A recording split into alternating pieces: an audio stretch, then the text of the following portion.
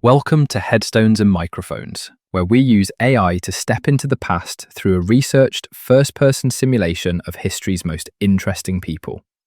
I am your host, Calvin. While we've added some creative storytelling, our goal is to inspire your own study of these fascinating lives. Now let's meet our guest. I am beyond excited for today's guest. He's a man whose name is in every history book on the planet. For those who may somehow not know who you are you? Hello, Calvin. It is a joy to be here and to have the chance to speak again. I am Christopher Columbus, a navigator and explorer. My life's passion was the sea and the belief that the world held secrets waiting to be found by those brave enough to sail toward the horizon. A true legend of the high seas. Tell us, when and where were you born? I was born in the year 1451. My home was the busy port city of Genoa in what you now call Italy. And what was your given name at birth? In my native tongue, I was Cristoforo Colombo. Of course, as I traveled and served different monarchs, my name shifted to Cristobal Colon in Spain. But Cristoforo is where it all began. Is there a story behind your birth name? My first name, Cristoforo, means Christ bearer. I always felt a deep spiritual connection to that meaning. I believed I was destined to carry the light of my faith to distant lands across the great ocean sea. That's a heavy destiny to carry from day one. What was your hometown of Genoa like growing up? Oh, it was vibrant and salty. Genoa was one of the great maritime republics. The air always smelled of spices, timber, and the Mediterranean. I spent my days watching the great carracks and galleys dock. It was a gateway to the rest of the world, and it whispered to me every single day. What was your family life like back then? We were a hard-working family. My father, Domenico, was a wool weaver and a cheese merchant. We weren't wealthy, but we were respectable. I had several brothers. Bartholomew and Diego eventually joined me on my voyages, and a sister. We were close, bound by the hustle of the merchant trade. What kind of kid were you? Were you already drawing maps in the dirt? I was a restless soul. I wasn't content staying in the weaving shop. I was studious, but in a practical way.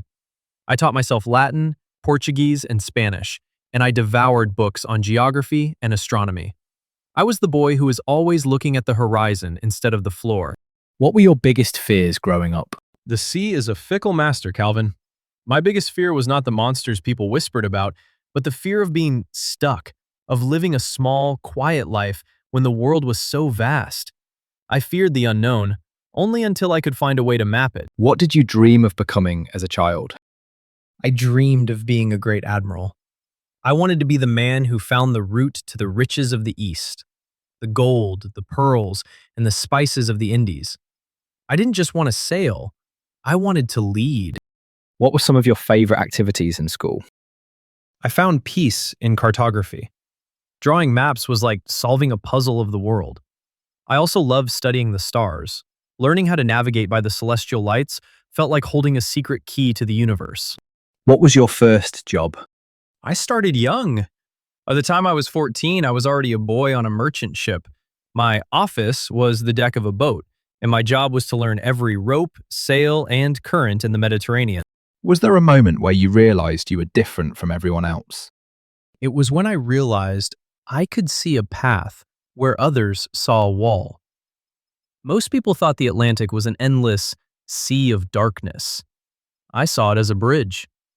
Having the conviction to stand by that, even when experts laughed at me, made me realize I saw the world through a different lens. What's a decision that changed everything for you, but felt small at the time? Moving to Lisbon, Portugal. It seemed like just another move for a sailor, but Lisbon was the center of the world's nautical knowledge then. It was there I met my wife, Felipa, and where I gained access to the maps and sailors that fueled my enterprise of the Indies. What was your biggest break? Without a doubt, it was finally winning the support of Queen Isabella I and King Ferdinand II of Spain. I had been rejected by Portugal, Italy, and England. I spent years following the Spanish court like a beggar until the Queen finally said yes. That changed history. What were your biggest struggles before that success? Poverty and mockery. I spent nearly 7 years in Spain trying to convince the Royal Commission. They called my calculations wrong, and to be fair, I did underestimate the size of the Earth, but being treated as a dreamer or a fool for a decade was a heavy burden. Did you ever consider quitting and going back to wool weaving? Never. I believed I had a divine mission. If one door closed, I looked for a window.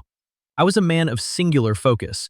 Quitting would have been like choosing to stop breathing. Were there any specific daily habits or routines that you feel were essential to your success? I kept a meticulous logbook. I wrote down everything: the wind, the birds, the color of the water. Observation was my greatest tool. I also prayed daily. My faith gave me the iron will needed to keep a terrified crew from mutinying. What job would you have had if fame never happened? I likely would have remained a mapmaker. I loved the art of it, translating the physical world onto parchment. I would have lived a quiet life in a shop by the docks, listening to other men's stories of the sea. What was your life like right before the fame hit? It was a life of waiting. I was living in Spain, often depending on the kindness of monasteries for food and shelter for me and my son, Diego. I was a man with a massive plan and an empty pocket. How did relationships change after your success? Success brings many friends, but it also brings rivals. Once I was the admiral of the ocean sea. I had to navigate the politics of the court, which was much harder than navigating the Atlantic. People who ignored me before were suddenly eager to find reasons to bring me down. Did fame bring you happiness? It brought fulfillment, but not necessarily peace. I was proud to have proven my theory, but the responsibilities of being a governor and the constant need to defend my reputation were exhausting. What was the downside of becoming famous? The envy of others. When you achieve something people said was impossible, they often spend the rest of your life trying to diminish it. I went from being a hero to being brought back to Spain in chains at one point. Fame is a stormy sea. What misconceptions did people have about you? Many thought I was just out for gold. While I wanted to fund future crusades and secure my family's future, my primary drive was discovery and the spread of my faith. I was a complex man, not just a treasure hunter. What was your darkest moment? During my third voyage, when the colony of Hispaniola was in chaos and I was arrested by a royal commissioner. Being sent back to Spain in irons, after all I had given for the crown, was a bitter, dark time for my spirit. What past regrets did you carry? I regretted my failures as a governor. I was a sailor and an explorer, not a politician. Managing a colony was a different beast entirely, and I struggled to maintain order and justice in the way I had hoped. What's something people misunderstood about your life? People think I discovered America and knew exactly what it was. In my mind, until the day I died, I believed I had found the outskirts of Asia. I didn't realize I had found a whole new world. Tell me about a time when everything went wrong and how did you handle it? On my fourth voyage, my ships were shipwormed and rotting. We were stranded on Jamaica for a year. I handled it by using my knowledge of astronomy. I knew a lunar eclipse was coming, and I used that to convince the local inhabitants to help us. I used my head when my ships failed me. Did fame and fortune change your life? It gave my sons a place in the nobility, which was my greatest pride. For me, it mostly just meant I could afford more ships to keep exploring. Who had the biggest influence on your life? My brother Bartholomew. He was a master mapmaker and my most loyal supporter. He believed in me when no one else did. What was life like in your final years? I was physically broken by gout and arthritis from my years at sea. I lived in Valladolid, Spain, still petitioning the king to restore the titles and wealth that had been stripped from me. I was a bit of a forgotten man at the very end. When and where did you pass away? I passed away on May 20th, 1506, in Valladolid, Spain. What happened? My body simply gave out. Years of harsh conditions, poor diet on ships, and the physical toll of my voyages took their final payment. I was about 54 years old. What's a random fact about you most people have never heard? I was a very tall man for my time, with a very fair complexion and red hair that turned white early in my life. What's the craziest rumor ever told about you? There have been so many rumors about where I was actually born. Some say Poland, Scotland, or even that I was a secret agent for various kings. I assure you, my roots were firmly in Genoa. What was your most unique habit? I would never set sail on a Sunday. No matter how good the wind was, I believed in honoring the Sabbath. What was your favorite food? After months of hard ship's biscuit and salt pork, nothing beat a fresh piece of fruit or a well-prepared Mediterranean fish with olive oil and garlic. What was your favorite book? The Travels of Marco Polo. I read it until the pages were thin. It was my map to the dreams of the East. Did you have any known rivalries? Many of the Spanish nobles despised me because I was a foreigner, an Italian, leading their ships and holding high titles. Amerigo Vespucci and I were contemporaries. While we weren't enemies, his name ended up on the maps I helped make possible. Tell us a story nobody talks about.